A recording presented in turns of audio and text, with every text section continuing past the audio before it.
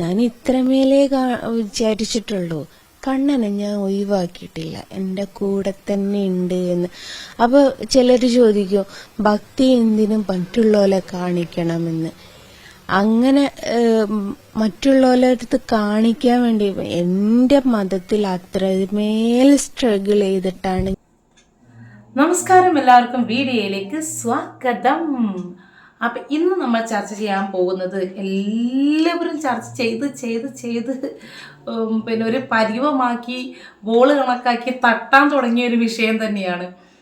കാരണം അതിന് മുന്നേ അമ്പാടിക്കണ്ണാ നീയാട് ഓമയിൽ പീലിതൻ ചേലാട്, അമ്പാടിക്കണ്ണാ നീയാട് ഓമയിൽ പീലിതൻ ചേലാട്. ഇങ്ങനത്തെ തന്നെയാണ് ഇതിൻ്റെ വരികളെന്ന് വിചാരിക്കുന്നു. ഒരു കൃഷ്ണഭക്തയാണ് ഞാനും. എങ്കിലും നമ്മളുടെ പ്രാർത്ഥനയ്ക്കും അതുപോലെ നമ്മളുടെ ആരാധനയ്ക്കും ഒക്കെ ഒരു എന്താ പറയുക, അത് ഒരു പ്രഹസനമാക്കാറില്ല. നമ്മളെ ഉള്ളിൽ നമ്മളെ ഭക്തിയുണ്ട്. നമ്മൾ മറ്റുള്ളവരെ കാണിക്കാതെ തന്നെ നമ്മൾ പ്രാർത്ഥിക്കുന്നുണ്ട്. നമ്മൾ ആ ഭക്തിയോടുകൂടി പ്രാർത്ഥിച്ച് അവിടെ നിന്ന് നമ്മൾ തിരിക്കുന്നുമുണ്ട്. പക്ഷെ ഇതെല്ലാം ഒരു പ്രഹസനമായി മറ്റുള്ളവർക്ക് ഒരു ബിസിനസ്സായി മാറ്റി അതിൽ നിന്നും കിട്ടുന്ന വരുമാനം കൊണ്ട് ജീവിക്കുന്നവരുണ്ട്. അപ്പോൾ ആരെക്കുറിച്ചാണ് ഇതിനെക്കുറിച്ചാണ് പറഞ്ഞു വരുന്നത് എന്നുള്ളത് നിങ്ങൾക്ക് മനസ്സിലായിട്ടുണ്ടാവും എന്ന് വിചാരിക്കുന്നു. ജസ്ന സലീം എന്ന് പറയുന്ന, ഞാൻ അവരുടെ വീഡിയോസ് ഒന്നും സത്യത്തിൽ കാണാറില്ല കേട്ടോ. മുന്നേ അവർ കേക്ക് മുറിച്ച സമയത്ത്, അതായത് ഗുരുവായൂർ അമ്പലനടയിൽ അവിടെ പോയിട്ട് കേക്ക് മുറിച്ച സമയത്ത്, കേക്ക് മുറിച്ചതിന് ശേഷം കോടതിയിൽ നിന്ന് വന്ന ആ ഒരു വാണിങ്ങിനെ ബേസ് ചെയ്തുകൊണ്ട് അവർ പറയുന്നുണ്ട്, എനിക്ക് അറിയില്ലായിരുന്നു അവിടെ കേക്ക് മുറിക്കാൻ പറ്റില്ല, നമ്മൾ ജനിച്ച കുട്ടികൾക്കൊക്കെ കേക്ക് മുറിക്കുന്നുണ്ട്, ക്രിസ്ത്യാനികൾ കേക്ക് മുറിക്കുന്നുണ്ട്, എല്ലാത്തിനും കേക്ക് മുറിക്കുന്നുണ്ട്, എൻ്റെ കണക്ക് അവിടെയും പോയി കേക്ക് മുറിക്കാമെന്നാണെന്ന്. ഈ ഇന്ത്യ മഹാരാജ്യത്ത്, ഈ കേരളത്തിൽ ഈ ശ്രീകൃഷ്ണ ജയന്തിയൊക്കെ കൊണ്ടാടുന്നത് എല്ലാവരും കാണുമ്പോഴും എന്തുകൊണ്ടോ ഈ ജസ്ന ഇത് കാണാതെ പോയി എന്ന് എനിക്ക് അറിയില്ല. കാരണം ഇത് ഇങ്ങനെയാണ് ആഘോഷിക്കേണ്ടത്, അല്ലാതെ ഒരിക്കലും ഈ ഒരു രീതിയിൽ ഇതുവരെ അങ്ങനെ ഒരാൾ പിന്നെ ശ്രീകൃഷ്ണ ജയന്തി അല്ലെങ്കിൽ ശ്രീകൃഷ്ണൻ്റെ ജന്മദിനം, ഭഗവാന്റെ ജന്മദിനം ഒരിക്കലും അവിടെ പോയി കേക്ക് മുറിച്ചിട്ട് ആഘോഷിച്ചിട്ടില്ല. അല്ലെങ്കിൽ ഈ കണ്ട വർഷങ്ങളിൽ മുഴുവനും ഇത് ഇങ്ങനെയാണ് ആഘോഷിച്ചത് എന്ന് അറിയാതെയാണ് ഞാൻ ചെയ്തത് എന്ന് പറഞ്ഞപ്പോൾ അത് കേട്ടപ്പോൾ തന്നെ എന്താ പറയുക, അതിനൊന്നും ഒരു ചാൻസ് ഇല്ലടോ. അങ്ങനെയൊന്നും ഇതുവരെ ഒരു ചരിത്രത്തിൽ ഇന്ന് വരെ സംഭവിക്കാത്തതൊക്കെ എനിക്കറിയാതെ ചെയ്തു പോയതാണെന്നൊക്കെ പറയുന്നത് വെറും പ്രഹസനം അല്ലേ സജിയേ എന്ന് പറയാം അല്ലേ. എനിക്കൊരാപത്ത് ഘട്ടം വന്നപ്പം തുറന്നു പറയാലോ, ഈ പറഞ്ഞ ഞാൻ ഒരുപാട് പുകയത്തി പറഞ്ഞ സുരേഷ് ഗോപി എന്റെ ഒന്നും ഓർമ്മയുണ്ടോ ഈ മുഖം? ഒരുപാട് പുകയത്തി പറഞ്ഞ സുരേഷ് ഗോപി എന്റെ ഒന്നും വിളിച്ചു പോലും നോക്കിയിട്ടില്ല. നിങ്ങൾ ആരാണ്? നിങ്ങൾ ആരോടാ ചോദിക്കുന്നത്? അല്ല സുരേഷ് ഗോപി ചേട്ടൻ, നമുക്ക് എന്തെങ്കിലും നമ്മളെ അടുത്തൊരു മിസ്റ്റേക്ക് വരുമ്പോൾ നമുക്ക് പരിചയമുള്ള ആൾക്കാരുടെ അടുത്തേക്കല്ല പോണ്ടേ. അതാണ് ഈശ്വര, ഇതൊക്കെ എന്റെ തലയിലാവൂലോ. അതാ അമ്മച്ചിക്ക് ഞാൻ പറഞ്ഞ മനസ്സിലാവാത്തോണ്ട്. അല്ലാതെ ഈ സുരേഷ് ഗോപി ചേട്ടനൊക്കെ 9 വർഷത്തോളമായി മക്കളെ എന്നെ അറിയുന്നത്. എന്നിട്ട് നീ നന്ദി വേണോടാ, നന്ദി. ഇത്രയും വലിയൊരു ചതി നിനക്ക് എങ്ങനെ അതിന് കഴിഞ്ഞു? അത് ഈ സമൂഹത്തിന് അറിയുന്നില്ല. 2014 തൊട്ടിട്ട് എനിക്ക് അദ്ദേഹത്തെ 14-15 തൊട്ടിട്ട് എനിക്ക് അദ്ദേഹത്തെ അറിയാം. അപ്പം എന്നിരുന്നാലും രണ്ടാമത്തെ ഒരു വാണിങ്ങും കൂടി വന്നിരിക്കുകയാണല്ലേ. അപ്പം എല്ലാവരും അതിനെക്കുറിച്ചൊക്കെ സംസാരിച്ചു. ഞാനിപ്പോൾ അതിനെ ഒന്നുകൂടെ എല്ലായിടത്തും കഴിഞ്ഞതിന് ശേഷം ഇപ്പോൾ ജസ്നയുടെ ഒരു പേര് മാറിപ്പോയി. ജസ്നയുടെ ഒരു ടോണ്, ഞാൻ ഈ റീസെൻ്റ്ലി ഈ വാണിംഗ് ഒക്കെ വന്നതിന് ശേഷം അവരുടെ 2-3 വീഡിയോ കാണുകയുണ്ടായി. സംസാരത്തിൻ്റെ ആ ടോണ് കുറച്ചും കൂടെ ഒരു പൊളൈറ്റായിട്ട് സംസാരിക്കാൻ അവർക്കറിയാം. പക്ഷെ അതിൻ്റെ മുന്നീടുള്ള അങ്ങോട്ടുള്ള വീഡിയോസിലൊക്കെ ഭയങ്കരമായിട്ട് ഈ സംരക്ഷണ കവചം അത്ര പ്രൗഢഗംഭീരമാണോ എന്ന് സ്വയം ബോധമുള്ളത് കൊണ്ടാണോ എന്നറിയില്ല, സംസാരത്തിനൊക്കെ കുറച്ചൊരു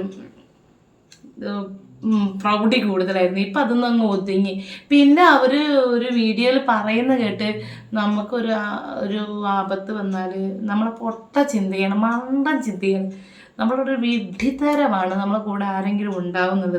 നമ്മൾ അതുവരെ കരുതിയതൊക്കെ വിഡ്ഢിത്തരമാണ്, നമ്മൾ ചുറ്റുപാട് നോക്കും മൊത്തം നമുക്ക് ഇരുട്ടായി തോന്നുന്നൊക്കെ പറഞ്ഞു. എക്സാക്ട്ലി അത് കറക്റ്റാണ്. നമുക്ക് ചുറ്റുമൊന്നും ആരും ഉണ്ടാവില്ല എന്നുള്ള പരമമായ സത്യം ആ കുട്ടി ഇപ്പോഴാണ് മനസ്സിലാക്കിയത് എന്നുള്ളതാണ് വേറൊരു സത്യം. അതിന് കോടതി ഇടപെടേണ്ടി വന്നു. ഈ കലാപത്തിന് കേസെടുത്തപ്പോഴാണ് ജസ്ന സലീമിന് മനസ്സിലായത് ഒരാപത്തിൽപ്പെട്ടാൽ നമ്മൾ മാത്രമായി അങ്ങ് ഒതുങ്ങിപ്പോവും, ചുറ്റുമുള്ളവരാരും കാണില്ല എന്നുള്ളത്. അത് അങ്ങനെയല്ലേ ഗൈസ് എന്നൊക്കെ പറയുന്നുണ്ട്. പക്ഷേ അതൊക്കെ നമുക്കൊക്കെ അറിയാവുന്ന കാര്യമാണ്. എന്തെങ്കിലും പ്രശ്നത്തിൽ പെട്ട് കഴിഞ്ഞാൽ നമ്മൾ ഒറ്റപ്പെടുമെന്നുള്ളത് എല്ലാവർക്കും അറിയാം.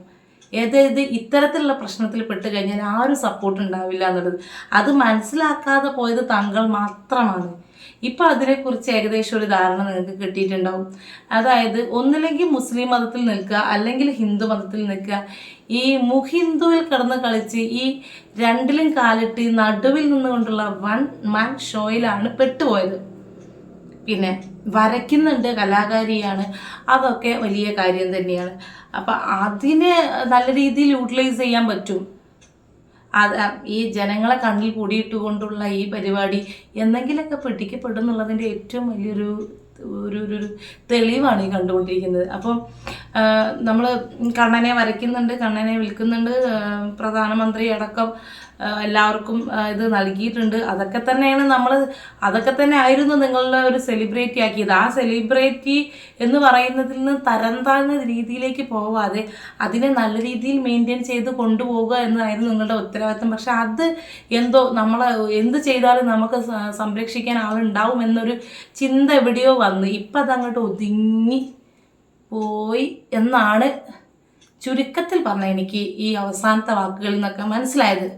എന്നിരുന്നാലും പോട്ടെ, കാര്യങ്ങളൊക്കെ കഴിഞ്ഞ് ഇനിയെങ്കിലും എന്നെ സംബന്ധിച്ചിടത്തോളം, നമ്മളെല്ലാവരും സംബന്ധിച്ചിടത്തോളം നമ്മളെല്ലാ മതത്തിലും മറ്റുള്ള മതങ്ങളെ സ്നേഹിക്കുന്നുണ്ട്. ഹിന്ദു, ക്രിസ്ത്യൻ, മുസ്ലിം എന്ന് നമ്മൾ മതസൗഹാർദ്ദത്തിനുള്ളൊരു രാജ്യമാണിത്. അങ്ങോട്ടും ഇങ്ങോട്ടും സ്നേഹമായിട്ട് സൗഹൃദമായിട്ട് നമ്മൾ അവിടെ ഒരു പെരുന്നാൾ വരുമ്പോൾ നമ്മൾ അവിടെ പോയി ഒരു മുസ്ലിം വീട്ടിൽ പോയിട്ട് നമ്മൾ ചോറുണ്ണുന്നുണ്ട്. മറ്റു ഓണം വിഷുവൊക്കെ ആകുമ്പോൾ അവരെങ്ങോട്ട് വിളിക്കുന്നുണ്ട്, നമ്മൾ ഒരുമിച്ചൊരു പാത്രത്തിൽ നിന്ന് ഉണ്ണുന്നുണ്ട്. അതൊക്കെ സ്നേഹമാണ്. അവരെ മതത്തെ നമ്മൾ അതിൽ അവരെ നമ്മൾ റെസ്പെക്റ്റ് ചെയ്യുന്നത്, തിരിച്ച് നമ്മളെ അവർ റെസ്പെക്റ്റ് ചെയ്യുന്നുണ്ട്. അതങ്ങനെയാണ് ഇവിടെ പോകുന്നത്. അപ്പം അങ്ങനെയൊക്കെയാണ് വേണ്ടതും.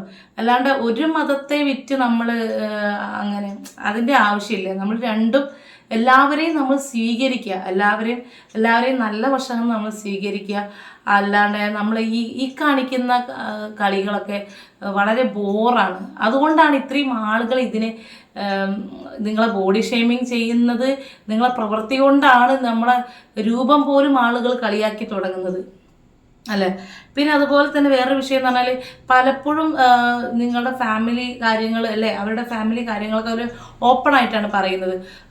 ഒരു ഹിന്ദു കൂടെ ഒരു മുസ്ലിം അവർ ജീവിക്കുന്നു, അവർ ബ്രദറാണ്. അപ്പോൾ പല വീഡിയോന് താഴെ വരുന്ന ഒരുപാട് ക്വസ്റ്റ്യൻ, ഇത് ആരാ കൂടെ. അപ്പം നിങ്ങൾ പല ചോദ്യങ്ങളും ഇട്ട് കൊടുത്തുകൊണ്ടാണ് നിങ്ങൾ ചെയ്യുന്നതെല്ലാം ഒരു ക്ലാരിഫൈ ചെയ്യാണ്ട് പല വീഡിയോകളൊക്കെ ചെയ്യുന്നുണ്ട്. അപ്പം അതിൻ്റെ ഇടയിൽ മനുഷ്യന്മാർ ഡിഫറെൻ്റാണ്. എല്ലാവരും ചിന്താഗതികൾ വളരെ ഡിഫറെൻ്റായിട്ട് ഓരോരുത്തരും അവരവരുടെ ഒരു മാനസികാവസ്ഥയെ വെച്ച് അവർ ചോദിച്ചുകൊണ്ടേയിരിക്കും. അപ്പം നിങ്ങൾ ചോദ്യങ്ങൾക്കുള്ള അവരെ കൊണ്ട് ഇങ്ങനെ ചോദിപ്പിക്കണം എന്നുള്ള രീതിയിലാണല്ലോ നിങ്ങളുടെ വീഡിയോസും വരുന്നത്. അപ്പം അതൊന്നും മറ്റുള്ളവരുടെ കുറ്റങ്ങളല്ല, നമ്മളുടെ ഭാഗത്തുനിന്ന് വരുന്ന മിസ്റ്റേക്കാണ്. നമ്മളാണ് മാറേണ്ടത് എന്ന് ഈ ലോകം മുഴുവനും വിളിച്ച് പറയുമ്പോൾ 1-2 ആളുകളാണെങ്കിൽ നമ്മളെ കൊണ്ടുള്ള അസൂയ കൊണ്ട് പറയുകയാണെന്ന് വിചാരിക്കുക. പക്ഷെ ഒത്തിരി പേര് നമ്മൾക്കെതിരെ തിരിഞ്ഞ് നിങ്ങൾ ഒറ്റയ്ക്കിട്ട് ആക്രമിക്കുമ്പോൾ ഞാനാണ് തെറ്റ്, ഞാനായിരുന്നു വലിയൊരു തെറ്റുകാരി, അപ്പം ഞാനാണ് മാറേണ്ടതെന്ന് ജസ്ന സ്വയം ഒന്ന് ചിന്തിച്ച് തിരിച്ച് വരിക. അപ്പോൾ ഓക്കെ, അപ്പം ഇന്ന് ഇത്രയൊക്കെയാണ് പറയാനുള്ളത്. അപ്പം അടുത്തൊരു വാർത്തയുമായി അടുത്ത വീഡിയോ കാണും വരെ ബൈ.